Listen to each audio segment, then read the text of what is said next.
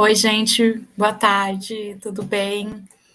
Queria falar que eu estou bem feliz em estar aqui nesse dezembro, final já, né? Estamos na metade de dezembro, hoje é o último programa do ano do Diálogos Conecta, e eu estou muito feliz que a gente está com a Tayane e com o Reinaldo para a gente fazer esse último programa. São pessoas que são parte da Rede Conecta, que bolaram toda a ideia. E o nosso programa de hoje, então, são dois assuntos que a gente vai trazer hoje. Um é a Rede Conecta agora em 2023, como é que vai ser? O Reinaldo tem várias coisas aí para falar para a gente. E a outra, que também está diretamente relacionada com os dois aqui, é o lançamento do livro Ciência em Conflitos, Negacionismo, Desinformação e Crise Democrática. Então, para a conversa de hoje, a Thay e o Reinaldo, ambos já estiveram aqui, muitos já devem conhecer de outros carnavais, mas aqui da Rede Conecta. A Tayane, ela é professora do programa de pós-graduação em comunicação da UF, membro da Academia Brasileira de Ciência e pesquisadora do INCT em Estudos Comparados à Administração de Conflitos, ENEAC. O Reinaldo, ele é doutorando pelo programa também de pós-graduação em comunicação da UF, membro do Laboratório de Investigação, Ciência, Tecnologia e Educação, do Laboratório de Mídia e Democracia do INEAC, sendo também diretor executivo aqui da Rede Conecta. Para iniciar, eu trago aqui o livro, falando nisso, já deve estar na descrição do vídeo, e eu vou colar aqui também nos comentários, para quem quiser comprar, já está disponível. É um lançamento bem recente mesmo, e é super importante, um assunto super relevante. E o livro ele foi organizado tanto pela Tayane, quanto pelo Reinaldo, quanto pelo Roberto Cante de Lima. E aí vai ficar aqui. E o livro, que vocês vão poder ver quando vocês comprarem também, ele é dividido em 3 partes. Olha só, viu só? Tá aí. E ficou muito bonito. Chegou hoje, olha. Ai, eu amei, amei. Então, tá, e você que já mostrou o livro, eu começo já perguntando para você se você pode contar um pouco para a gente sobre esse cenário da ciência em conflito e a crise institucional e epistêmica no Brasil.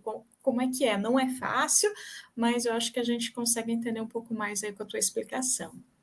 Obrigada. Ótimo, Marcela. Primeiro, eu gostaria de agradecer imensamente o convite de estar aqui com vocês, né, em mais uma live organizada pela Rede Conecta, pelo Diálogos Conecta.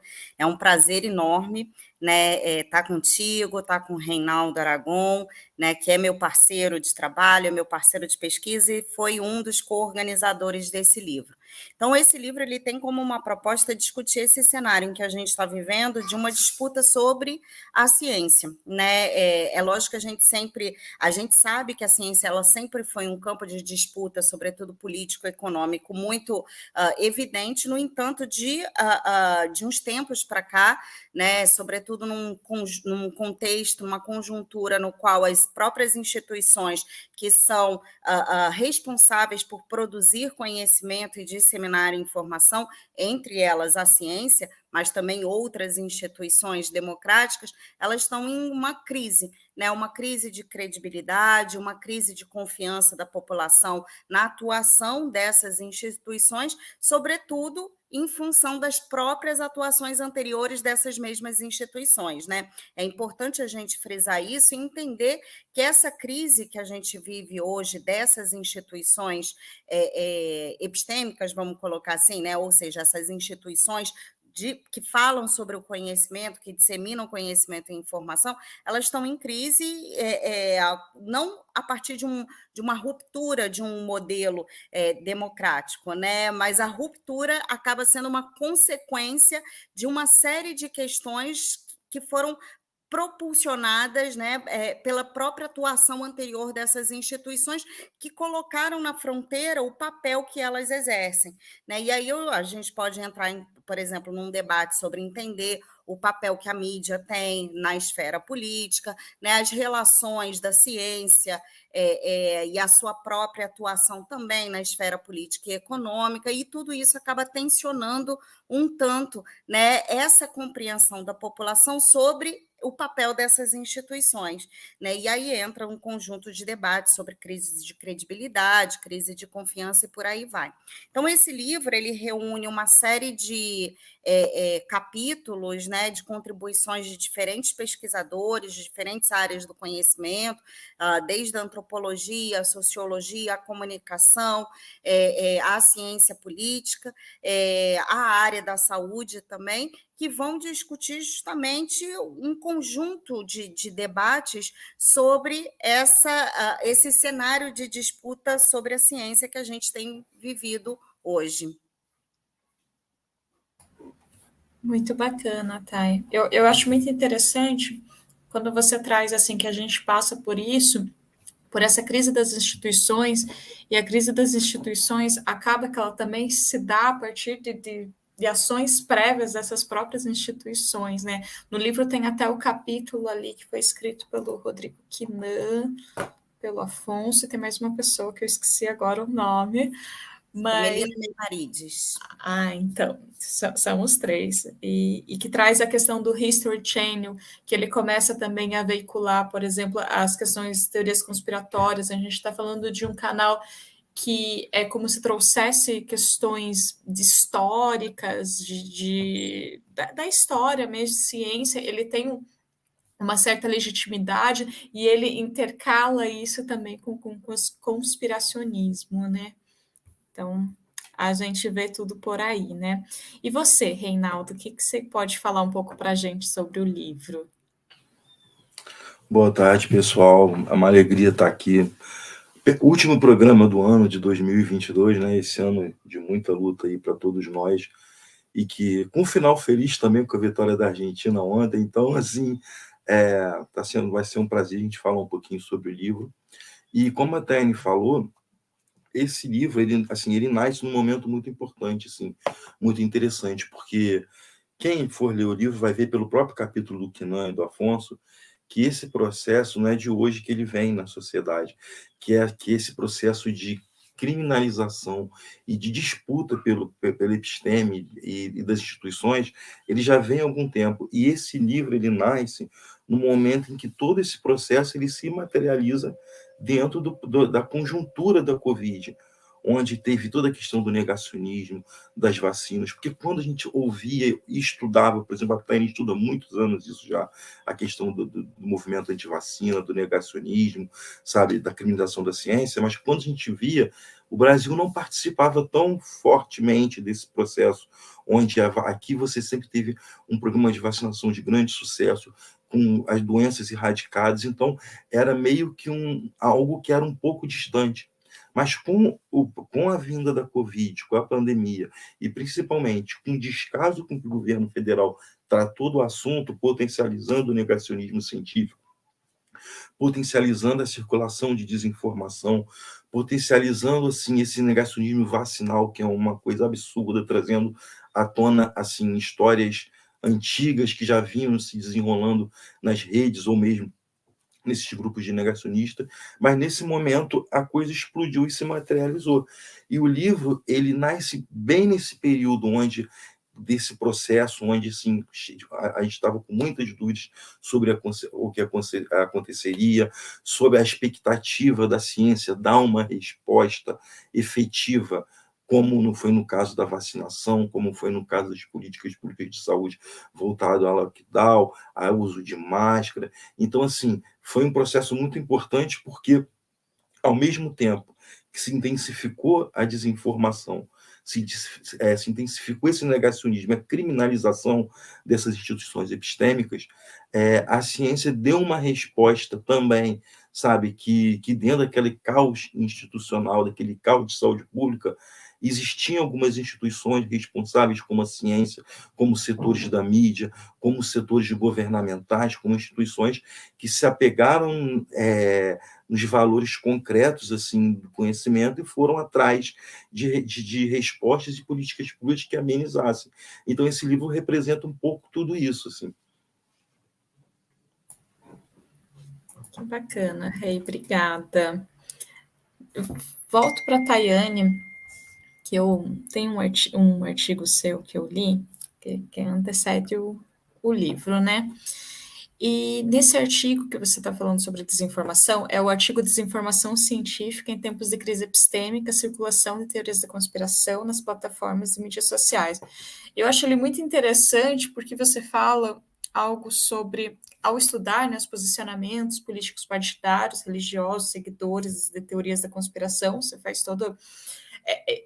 É um artigo que eu acho ele metodologicamente muito rico também, porque você mostra todo o caminho que foi feito começa por aqui, daí você precisa ver que vai avançando para outras redes, porque acaba que essa circulação ela não é unitária, né? Ela é complexa, ela vai se disseminando. E você identificou uma hierarquização na busca pela legitimação do conteúdo exposto. Por exemplo, o título de doutor, né, por determinados agentes da conspiração.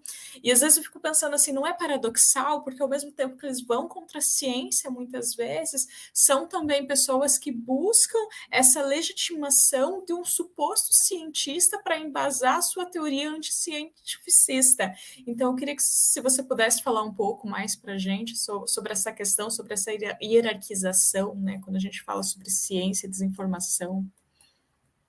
Esse é um fenômeno muito interessante. De fato, eu observei isso lá em 2018, né? Parece que é há pouco tempo e, ao mesmo tempo, já faz quase que um século, né?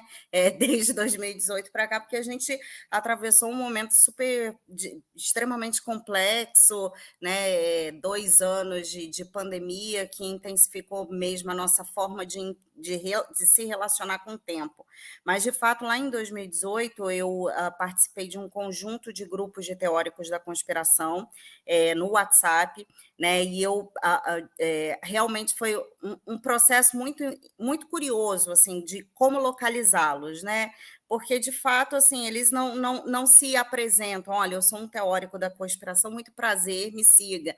Né? Então, tem todo um jogo de construção léxica, de entendimento, de compreensão da forma como eles constroem um conhecimento e que os enquadra enquanto teóricos da conspiração. Então, localizá-los foi quase como achar uma agulha num palheiro, né? Eu tive que fazer vários caminhos metodológicos até encontrá-los, mas foi muito interessante. Eu consegui ficar durante um tempo nesses grupos de teóricos da conspiração, e uma das questões que eu observei foi justamente isso, né?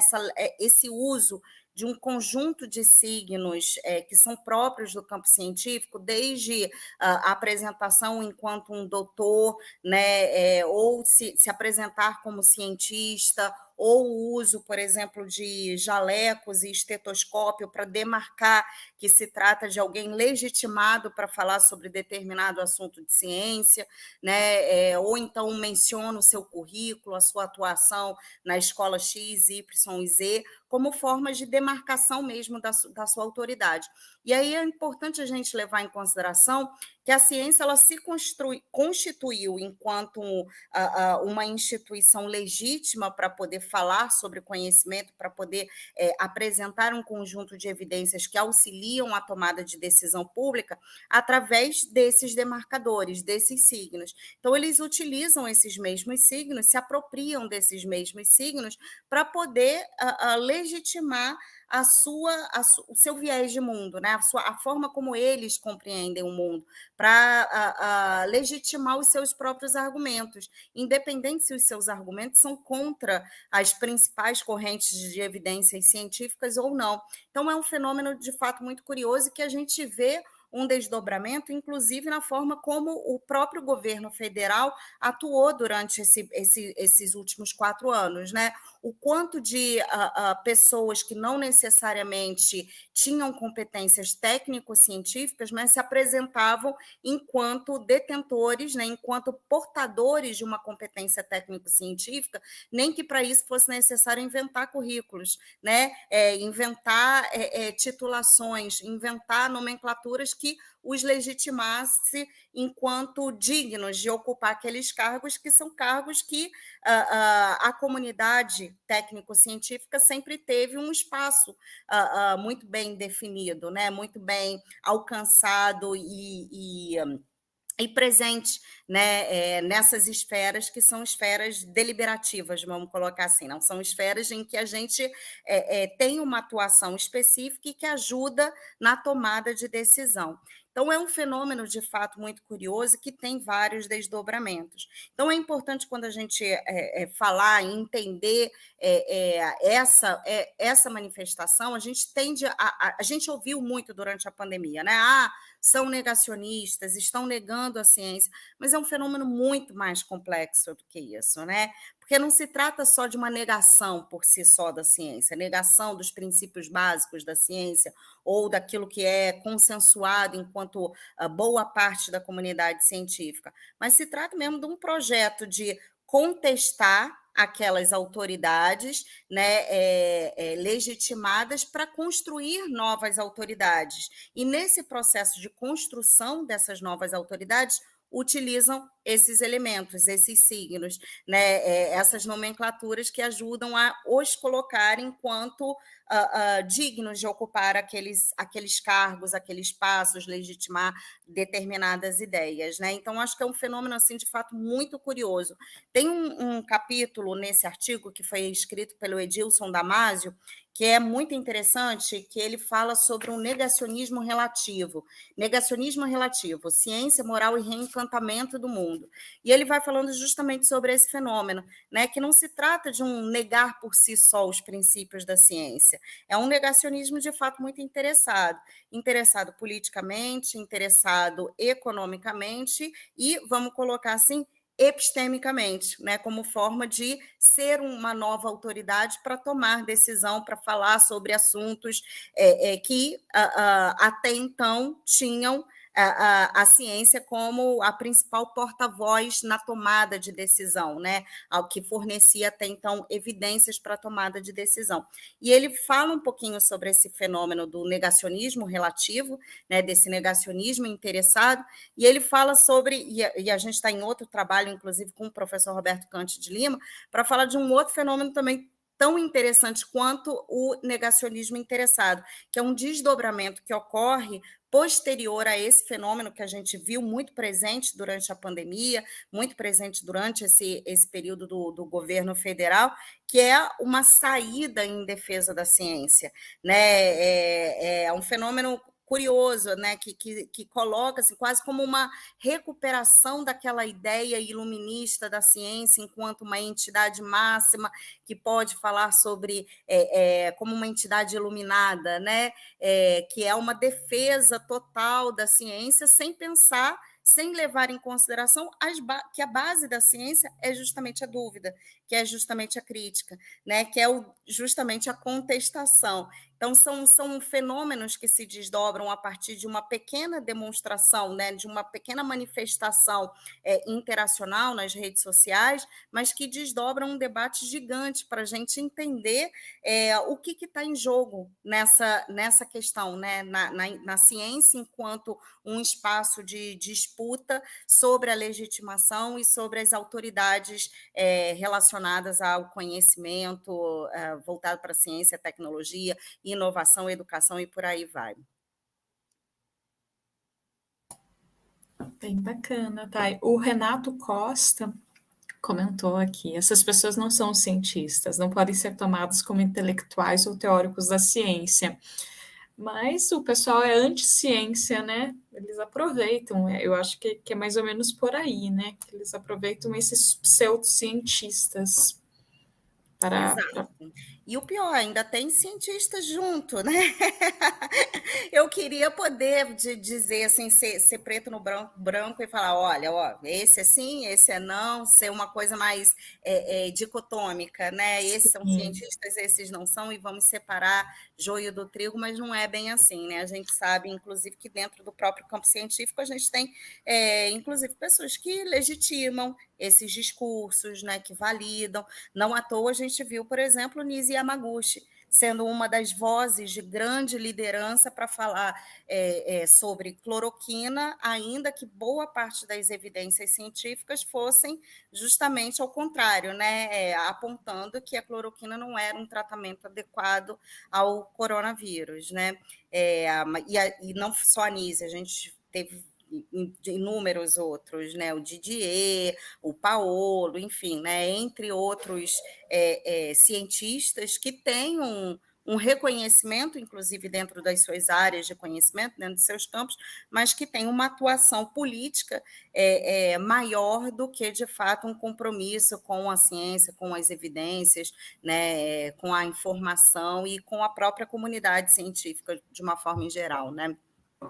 Eu acho bem interessante que você trouxe a questão da Nisi Yamaguchi aí como um exemplo, porque eu também essa pergunta é para vocês dois, assim, que eu queria ver quais são as perspectivas para o futuro, né?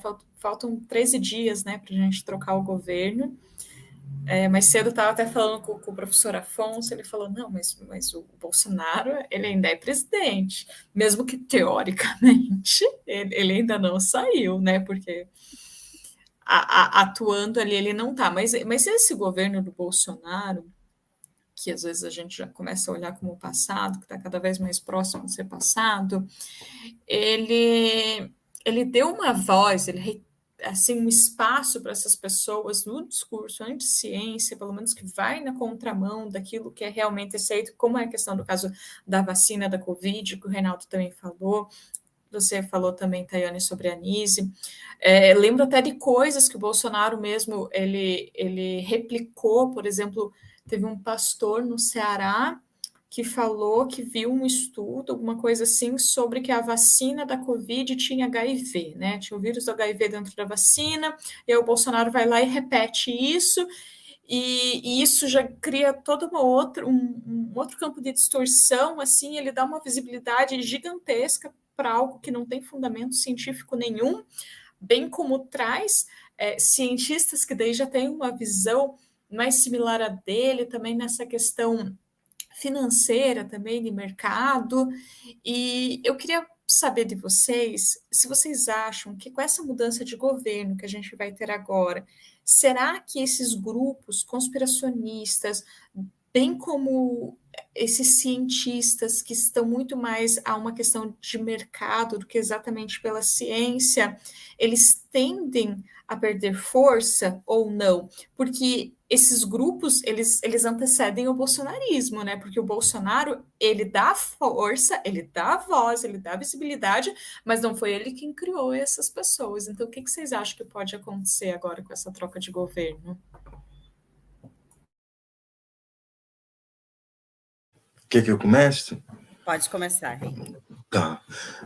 Então, eu penso o seguinte, agora que passou esse período, né, que passou não, que está no final do governo Bolsonaro, e esses últimos 4, eu diria 6 anos do golpe de Estado de 2016 para cá, que foi muito tenso, foi assim, realmente foi trágico, mas a gente começa a entender assim, aos poucos algumas coisas. Por exemplo, assim, eu entendo pelo menos dessa forma, que o processo da pandemia, o negacionismo, o movimento anti-vacina, que se deu até antes mesmo das vacinas estarem prontas, e os dados posteriores à vacinação, ao efeito do lockdown, do uso de máscara, de álcool em gel, do distanciamento, etc., eles mostraram que eles meio que resgataram. A Tayane tem esse número de cabeça, se eu não me engano, mas hoje a instituição mais respeitada no Brasil hoje é a ciência, né? Depois desse processo, porque saiu assim, porque viram o resultado. Da mesma forma que eu vejo que o governo Bolsonaro, todos esses ataques à democracia, às instituições, meio que causaram um desgaste na população, um cansaço muito grande, que culminou na eleição do Lula, não somente por ser a figura política da estatura que ele tem, talvez o maior presidente de todos os tempos, uma das figuras políticas hoje vivas do mundo, mas todo o investimento que o bolsonarismo fez em campanha, com orçamento secreto, com corrupção. E esse cansaço, eu acho que isso foi, foi também o combustível que faltava para esse resgate da democracia, ou melhor, para essa intenção de se resgatar a democracia. Eu acho que foi um voto do povo, principalmente não um voto de esquerda ou de direita, mas esse povo, os eleitores do Lula, de alguma forma, eles bateram o martelo que estavam cansados toda essa questão institucional, dessa crise, dessa ruptura. E eu vejo da seguinte forma, para o futuro, Se a gente para pensar que em 2002, quando o Lula foi eleito, ele entrou em 2003, vamos pensar na educação, em ciência e tecnologia. Você tinha uma máquina pública que tinha um tamanho determinado. Tá? Eu não sei os números de cabeça, vamos colocar ali que você tinha 20 e poucas universidades, tinha mais educação básica, etc., que você compunha um orçamento, que era um orçamento não pequeno, porque nunca é, mas para um país continental é um orçamento pequeno, e que quando o Lula entrou com os 3 governos do 3,5, né, governos do PT, houve um desenvolvimento muito grande dessa máquina também, assim. Muitas universidades, muitos institutos técnicos, muitos laboratórios, muita pesquisa, muitos programas foram sendo criados, e essa máquina que servia para o desenvolvimento do país foi cada vez crescendo mais para atender esse desenvolvimento. Quando a gente tem um golpe, se você pegar os números dos orçamentos de 2015, quando a Dilma já não governava mais, quando ela já não tinha mais nem poder sobre o orçamento, até 2022, já vendo o orçamento para 2023, a gente entende que tem essa máquina, ela continua grande, porque você cresceu os campos, como cresceu os blocos, cresceu o número de cursos, de professores, de alunos, de pesquisadores, só que você tem um dinheiro cada vez menor, e o Lula vai pegar uma máquina muito maior do que ele pegou em 2003, sendo que está com orçamento parecidíssimo com daquele período. Ou seja, até você recuperar todo esse processo e você voltar a ter uma gestão de desenvolvimento, vai demorar um processo histórico, porque o grande salto no orçamento da educação, por exemplo, foi a partir de 2005, 2006, ou seja, você já tinha uns anos de governo para poder estabilizar a máquina e dar seguimento. Agora não, você está pegando terra arrasada. É o que você vê em relação toda a equipe de transição, cada equipe, cada grupo de trabalho que apresentou seu relatório é um escândalo, é para arrancar os cabelos, porque o país hoje está, apesar de ter grandes reservas, o país está falido. E hoje, quando você pega assim, as notícias do dia de hoje, por exemplo, que você vê como as peças estão se movimentando no tabuleiro da política, como a correlação de força está sendo ajeitada nesse momento, você vê que vai ser um desafio muito grande para o governo Lula, um desafio muito grande. Bolsistas CAPES quase não receberam o mês de novembro. Você não sabe como vai estar o orçamento hoje para a saúde, para a ciência e tecnologia, para a educação, para o desenvolvimento. Você quase não tem dinheiro em caixa para investir nisso. Então, por um lado, a previsão é boa, porque a gente sabe agora que tem gente séria trabalhando, que não tem mais aquela gente incompetente que não governava, mas a gente sabe também que o Brasil está num buraco danado, e que a partir desse momento a reconstrução do Brasil, a reconstrução das instituições, a reconstrução das autoridades, assim, como convencionados através de um pensamento popular amplo e democrático, vai ser cada vez mais difícil, e depende muito de nós, de como nós, como pesquisadores, como trabalhadores, como cidadãos, vamos apoiar e trabalhar observando essa conjuntura. Então, assim, eu entendo que o futuro ele vai ser melhor. E, assim, só para completar a resposta em relação à questão dessa máquina de ódio, todo esse processo que foram abrindo os olhos da população e das instituições com todo esse desgaste, essa ruptura, eu entendo que hoje as pessoas também já estão mais cansadas do discurso de ódio, as pessoas já sabem melhor como funcionam essa estrutura, essa máquina, e principalmente, eu acredito, pelo que eu tenho ouvido, pelo que eu tenho entendido, que essa agenda de soberania sobre a informação, de combate às más práticas desinformacionais, ela não é uma agenda só brasileira, ela passou a ser uma agenda global, principalmente no Ocidente, e o Lula, se a gente pegar o discurso da posse, não, da diplomação dele, ele coloca 2 eixos centrais, né, como grandes desafios que vão estar nessa agenda. Um, que é a informação, que é o combate à desinformação, ao discurso de ódio, ao negacionismo, e essa prática por uma boa prática informacional. E, por outro lado, a questão ambiental. Então, assim, pelo menos buscando entender o discurso do Lula, que posteriormente veio do Alexandre de Moraes, que bateu na mesma tecla, então eu entendo que sim, que vai existir uma vontade política grande das instituições para fazer esse combate de forma mais efetiva.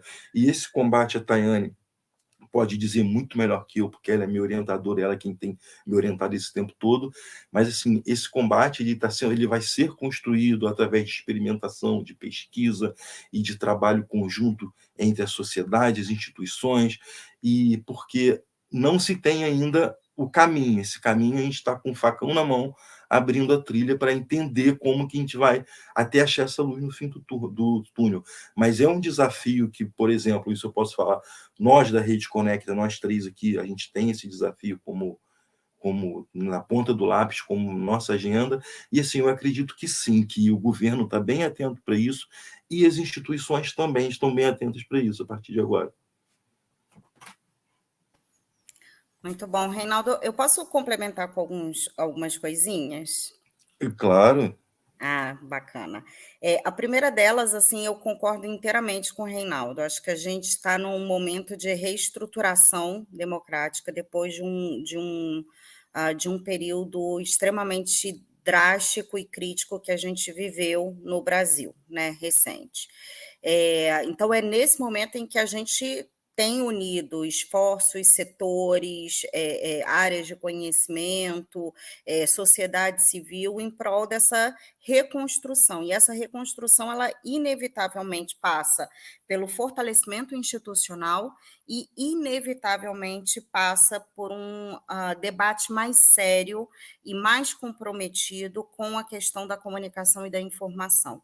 É inevitável, a gente não tem mais como enfrentar todo um conjunto de ataques de diferentes ordens sem levar em consideração a importância que a gente tem das nossas instituições, de reconstruir a base institucional das nossas instituições, e isso implica as normativas, as políticas, as definições de seus respectivos papéis e seus limites de atuação em cada uma delas, e inevitavelmente a gente vai precisar reconhecer que a informação e a comunicação são um campo de disputa extremamente crítico, e se a gente não tratar corretamente a regulação da informação digital, a regulação da mídia, a regulação da internet, a gente vai continuar sendo atravessado por uma série de projetos políticos que se desdobram, que tentam cooptar as suas respectivas narrativas em prol da defesa de seus próprios projetos, né? Mas antes de falar, assim, eu queria retomar a sua pergunta, Marcela, porque eu acho que a gente está justamente num momento transitório, né? A gente está há 13 dias, quase que contando mesmo os palitinhos na parede para um novo momento que a gente vai se deparar agora, né? E que, infelizmente, talvez não seja tão positivo quanto a gente conseguiu construir há 20 anos atrás. Por quê? Porque a gente teve uma devastação de diferentes ordens: econômica, moral, política, institucional, sobre o conhecimento e por aí vai. E reconstruir isso vai ser um trabalho tão árduo quanto aquele que a gente enfrentou pós-década de 90, que também a gente viveu um período de desestatização profunda sobre as nossas instituições, e agora a gente vai precisar recuperá-las. Então, nesse primeiro ano, não vai ser um ano muito fácil, né? Mas também vai ser uma oportunidade, vamos colocar assim, porque é uma oportunidade que temos nós, sociedade civil, acadêmicos, de estar junto no debate, né? E tudo está indo numa direção de que, de fato, a construção está sendo ampla. A frente ampla não foi só a frente ampla durante o período de eleição. De fato, estamos construindo uma frente ampla de reestruturação das nossas fundações, né, das nossas bases institucionais. Então, é uma oportunidade que a gente tem na mão. Mas como a gente está num período de transição, é muito difícil a gente falar do futuro sem olhar esse passado, né? A gente precisa entender mais ou menos o que aconteceu nesse passado para ver, de fato, onde a gente vai investir no futuro, né? Porque a devastação foi tão profunda, foi tão severa, que chega a nos colocar num certo momento atordoado.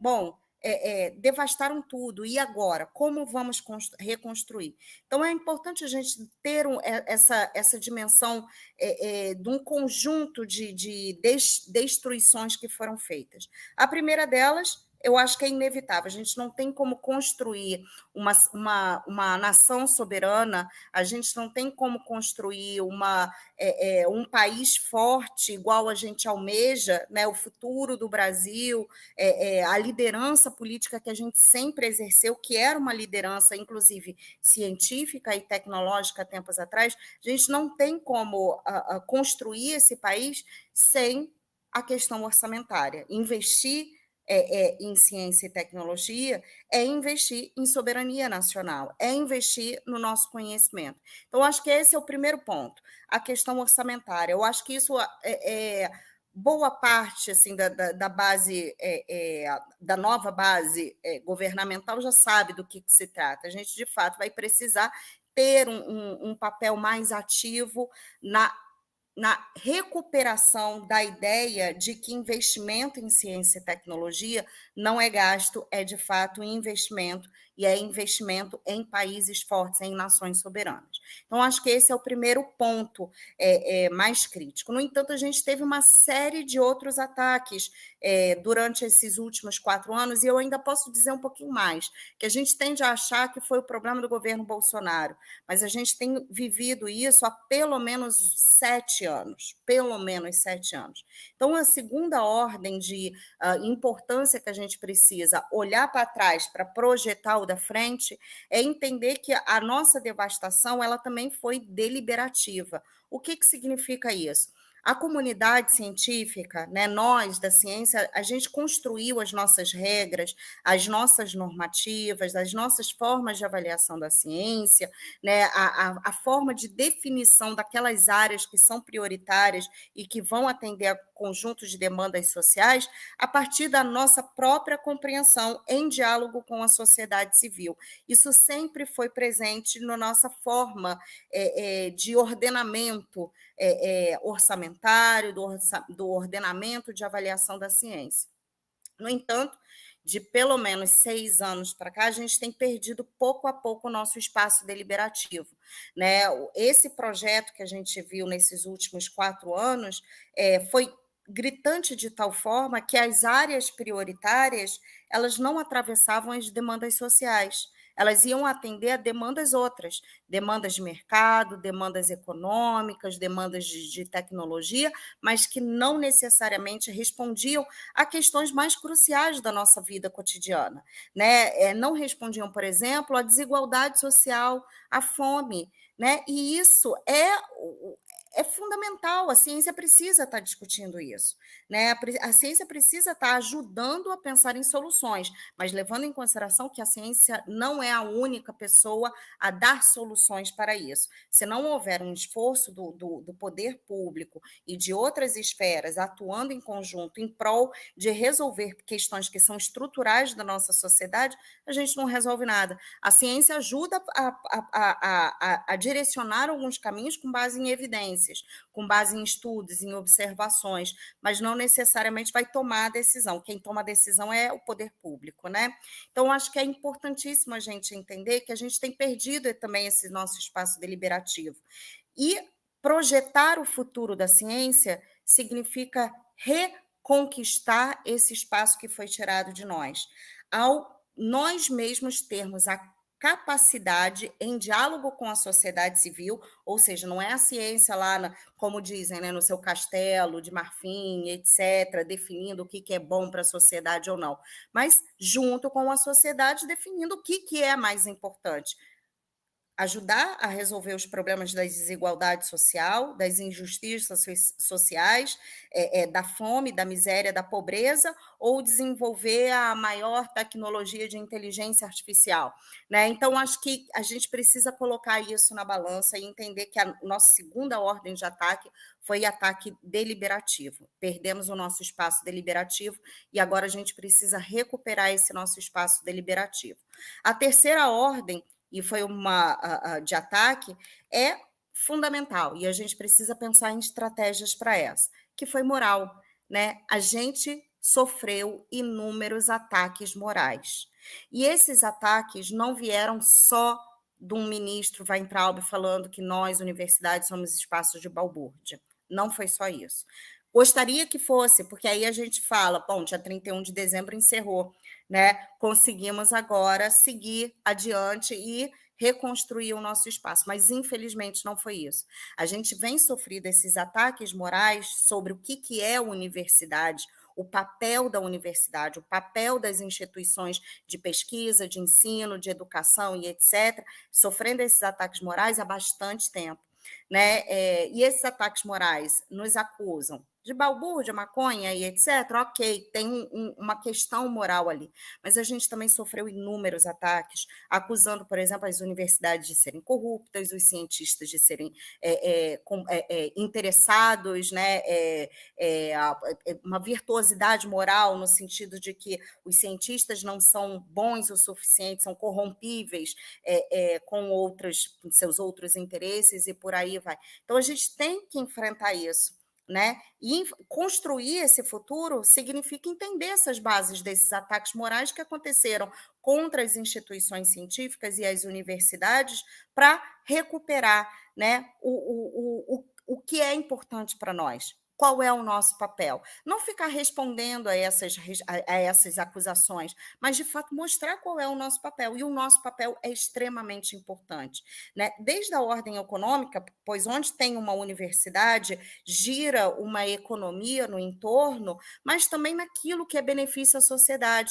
Porque aquilo que nós, instituições de ensino superior, de ciência, desenvolvemos dentro das universidades, elas servem para toda a sociedade, né, para a comunidade de uma forma em geral. Então, reverter essa contestação com base na moral é fundamental para aquilo que a gente quer construir enquanto nações soberanas novamente no futuro. Né? E isso perpassa recuperar essa narrativa sobre as universidades, essa narrativa sobre as instituições de ensino superior e sobre as instituições científicas. E, por fim, eu acho que o último ponto, né, que eu tenho falado bastante, eu já falei mais de uma vez, é o ataque às autoridades epistêmicas. Né? A gente viveu, por exemplo, nos primeiros anos do governo Bolsonaro, ataques ao INPE, à Fiocruz, né? Deslegitimação das evidências, deslegitimação das pesquisas, né? A acusação de que determinadas pesquisas tinham interesses e, por isso, vinham para um viés, ou seja, é de ordem que ela é moral, mas ela é, sobretudo, epistêmica. Nós, cientistas, temos uma forma de organização sobre o conhecimento que implica que o que eu falo, ele não é simplesmente uma opinião, né? Porque ele é validado por várias pessoas ao meu redor que debatem o mesmo tema e que vão falar, olha, isso que ela está apresentando é algo coerente, é uma observação pertinente, traz evidências válidas para a gente entender a nossa realidade.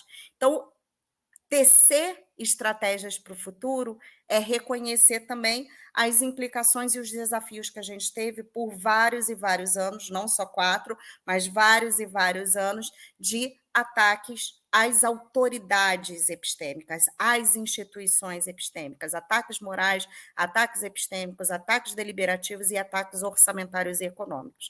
Então, reconstruir nações soberanas significa reconstruir, né? É recuperar a nossa soberania sobre a produção de narrativa, sobre as nossas decisões de avaliação e distribuição de recursos orçamentários, recuperar o nosso orçamento, né? Pois sem isso a gente não consegue fazer ciência e a gente fica dependente daquilo que outros, né, do que outras instituições de fora do Brasil nos oferecem enquanto soluções, né, e recuperar a nossa condição de autoridade para apresentar evidências baseadas, né, nas pesquisas que nós realizamos. Então, acho que é mais ou menos por aí assim, um recado enquanto transição, né, o olhar o passado para construir o futuro. Não sei se eu divaguei muito, mas espero ter contribuído aí para um debate amplo, né, que eu acho que estamos todos nós aí grupos de transição, buscando, de fato, reconstruir aquilo que foi devastado nesses últimos anos, né? E que devastação, né? Porque as universidades, elas foram tratadas como inimigas, né? Não é nem corte de gasto, vocês são os inimigos, foi do início ao fim, até agora, em dezembro, tendo que ter luta para ter a bolsa paga. Então, por aí, a gente já tem uma noção do que foram esses 4 anos, né? Isso está acabando. Gente, pensando aqui, ó, o Reinaldo, quando começou a falar, ele, ele falou assim sobre um final feliz de 2022, que a gente não foi campeã, mas também a gente teve a vitória do campo democrático, progressista, né? Então, foi um 2022 que foi muito difícil para alguns pedaços, mas ele tende a ser, a gente acho que encerra ele com um ar muito mais otimista, assim, do que pode vir, mas não vai ser fácil. Como vocês dois mesmos falaram, a Tayane falou, a gente o governo Lula ele pega um 2023 muito diferente do 2003, né? O próprio Reinaldo falou, virão mais desafios aí. Rei, você pensando já nessa transição para 2023 que está chegando, batendo na porta, como é que vai ficar a Rede Conecta aí nessa transformação? Como seguiremos? Ah, legal, Marcela. Apesar de toda essa luta, né, esses últimos 2 anos para a Rede Conecta, assim, para todos nós foi muito bacana, porque a gente se deparou exatamente com esses desafios que foram colocados para a gente. E foram um período de muito aprendizado, de muita coisa bacana que foi surgindo das ideias, das conversas, das participações. No ano de 2022, a gente promoveu aqui, junto à TV 247, o curso de combate à desinformação, que foi um sucesso, milhares de visualizações, foi assim, uma recepção muito boa que nós tivemos. E assim, esse ano ainda a gente ia começar uma segunda etapa do curso, mas como vocês sabem, assim, toda essa correria, a questão das eleições, e assim, uma agenda de pesquisa puxada, e a gente tendo que resolver várias frentes. Então, essa segunda etapa vai ficar para o início agora de 2023, mas vai vir com mais novidade, com coisas mais bacanas. Então, como vocês sabem, assim, o que a Rede Conecta se propõe a fazer é exatamente esse contato entre nós que estamos pesquisando sobre a circulação da informação e a sociedade civil. Eu queria até aproveitar esse momento para responder um comentário de um rapaz que eu acho que chegou no chat agarrado na frente de um caminhão aí, que ele falou que regulação é igual à ditadura. Não, cara, não é não. Quando você fala em liberdade de expressão irrestrita, onde você pratica discurso de ódio, racismo, xenofobia, homofobia, isso não é liberdade de expressão. Isso é uma ditadura, é a ditadura de uma parcela da sociedade que não tem educação, não tem cultura e não tem senso do ridículo de promover esse tipo de discurso.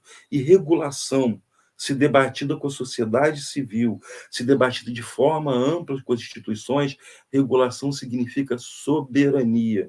E todo país que quer ser sério, quer ser levado a sério e quer se desenvolver, ele precisa de soberania social, territorial, sobre a informação em todos os campos. Então, é só para dar resposta para esse rapaz, para ele parar de falar besteira. E, assim, a Rede Conecta ela vai voltar com bastante. Em 2020, a gente vai vir com força total. Tem grandes novidades que estão vindo aí. Uma das coisas mais bacanas que eu quero deixar colocado aqui, que nos deixaram mais felizes, foi a receptividade do público do 247, que foi muito bacana, que se inscreveu, assim, muita gente se inscreveu na segunda etapa. Essas pessoas que possam estar nos vendo agora, eu quero avisar que ainda não chamamos, porque a gente está organizando uma estrutura ainda mais bacana para que essa segunda etapa aconteça. E a Rede Conecta, junto com toda a equipe de pesquisadores, com todos os parceiros de trabalho, a gente vai ter uma agenda de pesquisa agora mais afirmativa, uma agenda de pesquisa cada vez mais buscada, estratégias de busca pela soberania, por uma boa qualidade da informação que está circulando.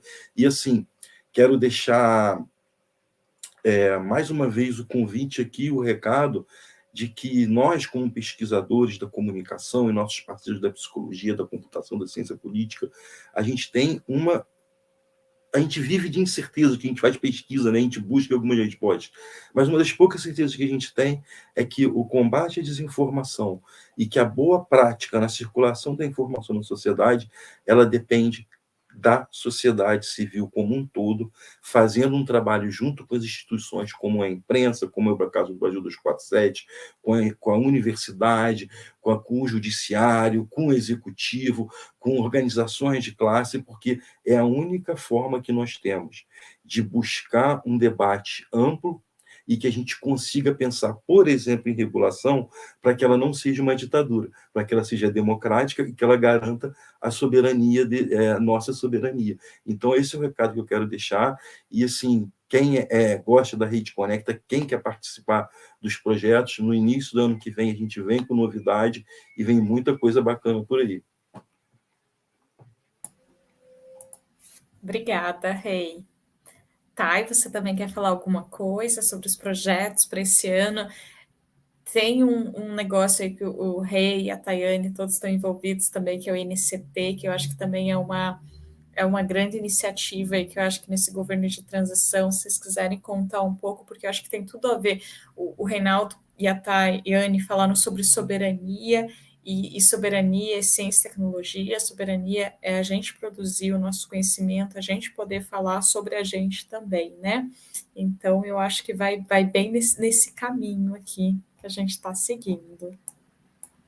É isso aí, essa é uma novidade ótima, né? É um projeto que envolve outros pesquisadores, são vários pesquisadores de diferentes áreas do conhecimento envolvidos.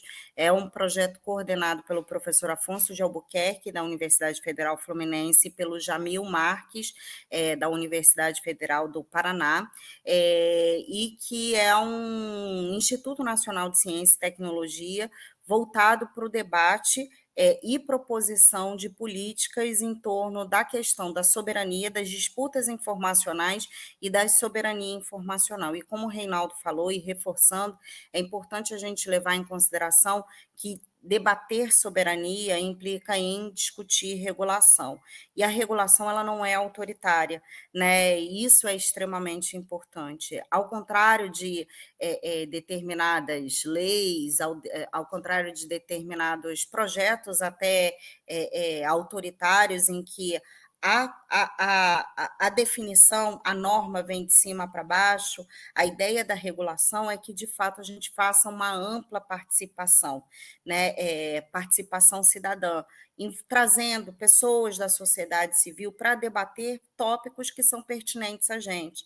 Não dá para, infelizmente, a gente continuar achando que as redes sociais, que as plataformas digitais podem ditar aquilo que merece ser visto, aquilo que merece, o que deve ter visibilidade, aquilo que pode ser monetizado e por aí vai.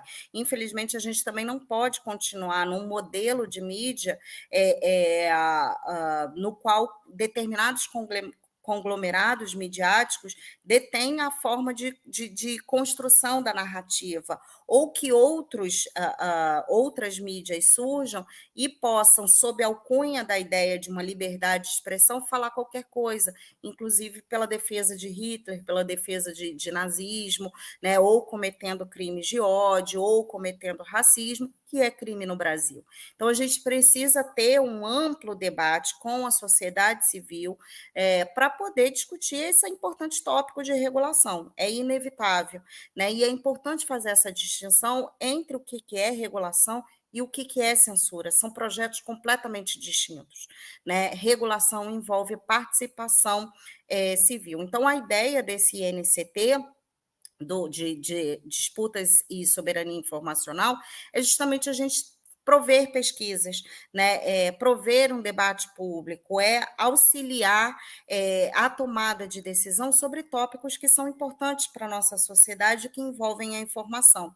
Então, somos vários pesquisadores envolvidos, é um projeto que tem duração de 5 anos, e esperamos, de fato, que ao longo desse tempo a gente possa trazer importantes contribuições para o cenário que a gente desdobre para esse momento que a gente quer de reconstrução de país, né, e reconstrução da nossa forma de comunicar e nossa forma de consumir informação, de produzir e consumir informação.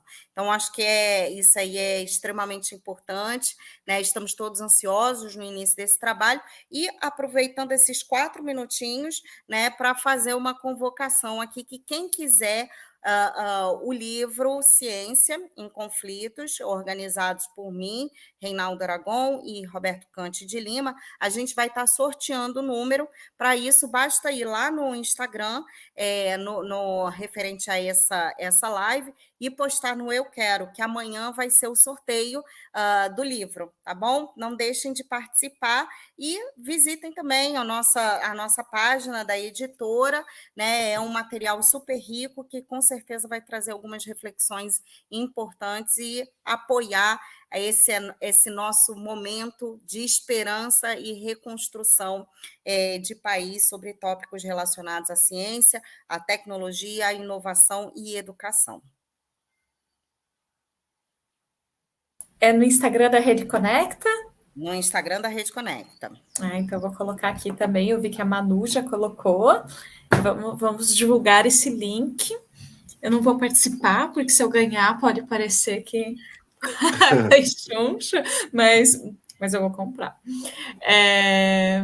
Rei, vou passar para você também fazer as últimas considerações, que a gente está nos últimos minutos, mas eu já agradeço vocês dois por estarem aqui. Eu acho que esse ano foi muito bom poder trocar com vocês, participar aqui do Diálogos Conecta.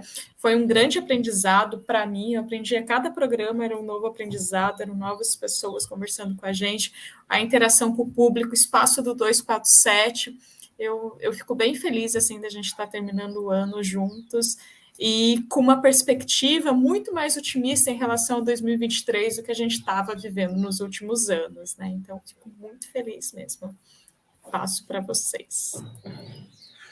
Quero agradecer a todo mundo também que participou da live hoje, a Tayane, minha orientadora, a Marcela, minha amiga, companheira da Rede Conecta, e mandar um abraço ao pessoal da Rede Conecta, chamar o pessoal para conhecer, para curtir lá o canal da Manu Mairink, que alguém viu meus óculos no YouTube, e também da Rede Conecta. A gente está fazendo quarta-feira à noite uma live de bate-papo, é mais um bate-papo sobre as notícias da semana, a gente busca ser uma coisa mais descontraída, assim, uma pauta muito fechada, mais um bate-papo, e tá legal também. E a Manu vai fazer amanhã esse sorteio lá no canal da Rede Conecta. Aproveitam, curtam também, se alguém viu meus óculos nas redes dela, e assim, agradecer a parceria com a TV 247, com a Gisele, com o Leonardo, agradecer todo mundo do público que esse ano chegou junto e participou pra caramba com a Rede Conecta, fez a Rede Conecta ganhar corpo, crescer, e isso deu mais tesão para todos nós trabalharmos, pensarmos no futuro e trazer novos projetos aí. E quero desejar um feliz Natal para todos, um feliz Ano Novo para todos. E na posse do Lula eu não vou poder ir, mas quem estiver lá se cuida, vibra bastante. E assim, eu tenho certeza que as coisas os ventos estão mudando e cabe a nós também fazer essa luta junto, porque não vai ser fácil. Mas vai ser legal, a gente vai conseguir chegar lá. Valeu, pessoal, obrigado. Valeu, gente, obrigada. Boas festas para todo mundo. E Marcela, seu livrinho está garantido, tá? Depois eu mando para você. Quero que ele ganhe presente. Tá bom? Dedicatório e tudo que você merece. Obrigada pela parceria. Amei! Gente, eu adorei, estou muito feliz. Ó, a Manu comentou aqui que vai na posse do Lula, hein? Vamos acompanhar o canal dela para ver ao vivo, nos stories, tudo o que vai ser. Enfim, gente, brigadão. Vamos conversando e participem do sorteio. O link tá aí, a Rede Conecta Edu. Vamos lá. Beijo, gente. Valeu, gente. Tchau. Beijo, obrigado. Tchau.